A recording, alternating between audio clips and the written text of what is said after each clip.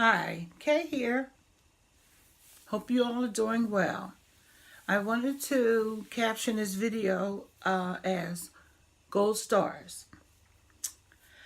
At the age of 6 and 7 in elementary school, I won spelling bee after spelling bee after spelling bee.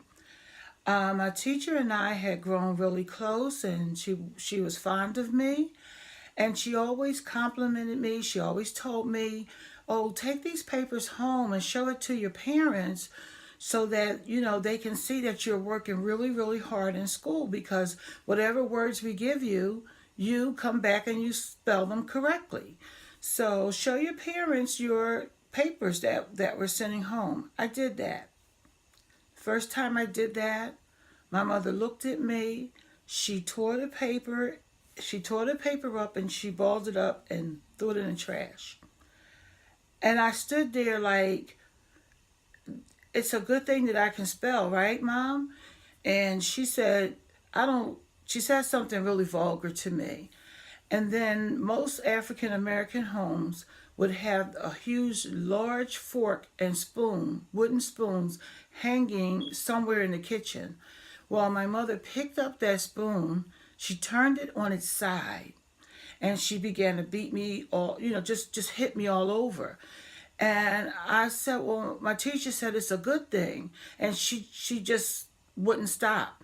So after a while, I would make up stories when I come back to school, and my teacher would say, well, Katrina, what did you get for all those gold stars you took home? I didn't know how to tell her I had a beating. And I know my teacher meant well. She didn't know what was going on in my house.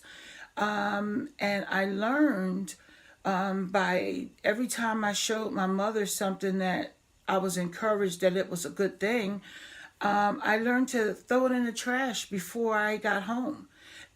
Trash can. I didn't care whose trash can it was. I just made sure I didn't walk in my house with it.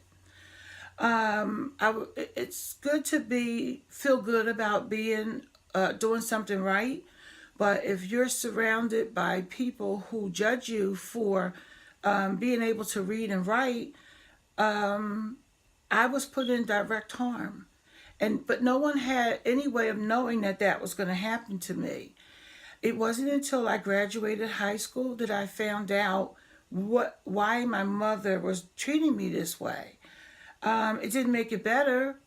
It wasn't any easier how I had to survive before going into the hospital before I was raped.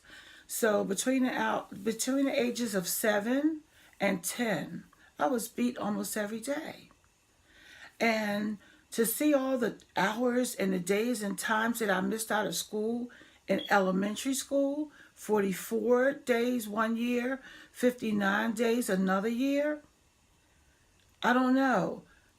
I don't know why no one said, well, why is this little, and they very well may have said, why, and they never got an answer.